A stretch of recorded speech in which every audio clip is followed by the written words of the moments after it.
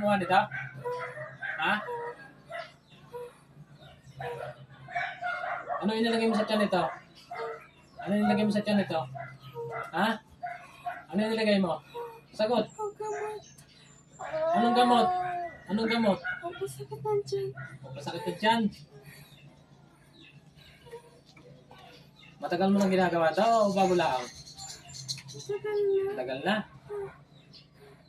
Ngayon na ulit. Ngayon lang ulit. Tanggalin mo.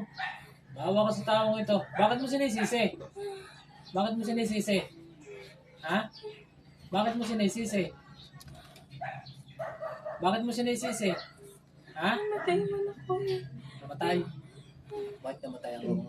Nag-abroad, nagpakamatay sa abroad. Ganyan.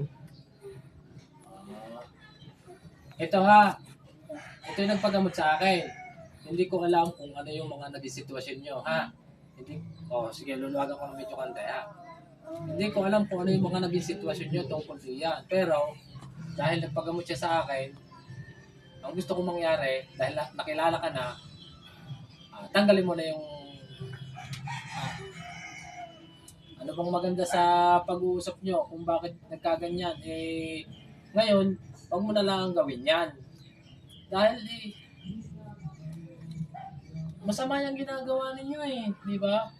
Oo, pagpalagyan na siya sinisisi mo, pero hindi sa parang ganyan. Hindi sa parang ganyan. Ha?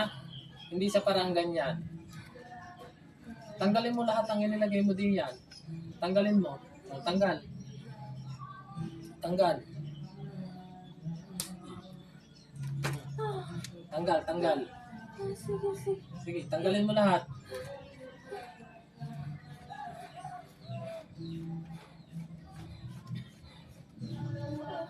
Tanggal, tanggal.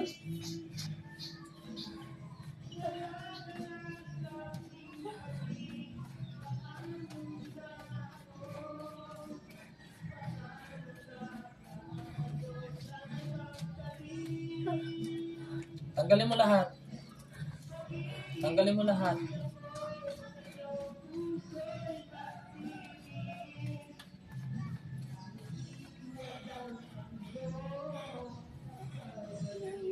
Ha? Wala na. Wala na.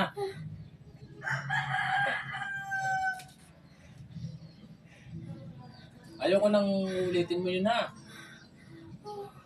Dahil ikaw ay kilala na namin, ha? At kung ano man yung hinanaing mo sa taong ito, ay hindi na naman din mo ibabalik ang pagkamatay ng iyong anak. Paano ko mapapatawad ng Panginoon kung ikaw ay ganyan? Kung ganyan ang ginagawa mo sa tao. Hayaan mong Panginoon ang manghusga kung ano man ang nagawa ng isang tao. At hindi sa mga paraang ganito. Ha? Gusto ko iwag mo na itong gagawin sa kanya. Ha? At ikaw pa rin yung mahuli ko kung sakaling bumalik yung sakit na nararamdaman ng tao ito. Ha? Sige, sige. Ako'y mabait sa kagaya nyo at maalam pa yung gumawa ng mga ganyan at maalam din ako gumawa ng mga ganon. Pero ang sa akin lang, hindi ako gumagawa ng kagaya nyo dahil ako isang manggagamot. Pero patawarin mo na at hindi rin maganda, hindi rin masaya ang ginagawa ng iyong hindi rin masaya ang anak mo sa ginagawa. Kung meron man silang hindi pagkakaunawaan, ipagpaligid pa sa Diyos mo naman. Ayun lang ang gusto ko mangyari sa iyo. Sana maintindihan mo, ha? At wag mo nang, kung ano yung galit mo, ay huwag na, tama na. Dahil ay, kung buhay ang kinuha sa anak mo, ay paano naman ang kaluluwa mo? Nakasangla na sa demonyo ang iyong kaluluwa. Sana ay maunawaan mo yun, ha? Natanggal mo na lahat. Oo, natanggal ko na. Hindi siya nangyayari sa akin. Alam kong masakit ito, pero sabi ko nga sa iyo, sa oras na magkagalit ulit yung taong ito, ganyan ulit ang mangyayari sa iyo. Humingi ka ng tawad sa Panginoon. Humingi ka ng tawad. Gusto ko makita mo humihingi ka ng tawad. Ipapakita ko sa iyo.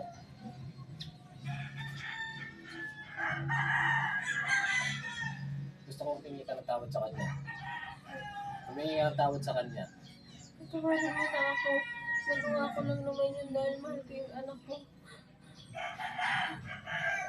Pumikit ka at damdamin mo ang presensya ng Panginoon para sa iyo.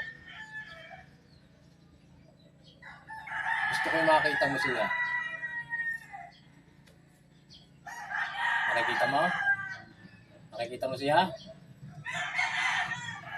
Humingi ka ng tawad sa kanya. Kung patawarin niyo na ako, nagawa ko lang naman ito dahil mahal na mahal ko yung aking anak. Hindi na mauulit. Patawarin ka ng may kapal.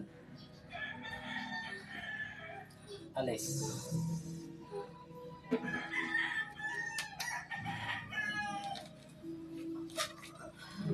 Gising. Bulat. Ikaw na yan?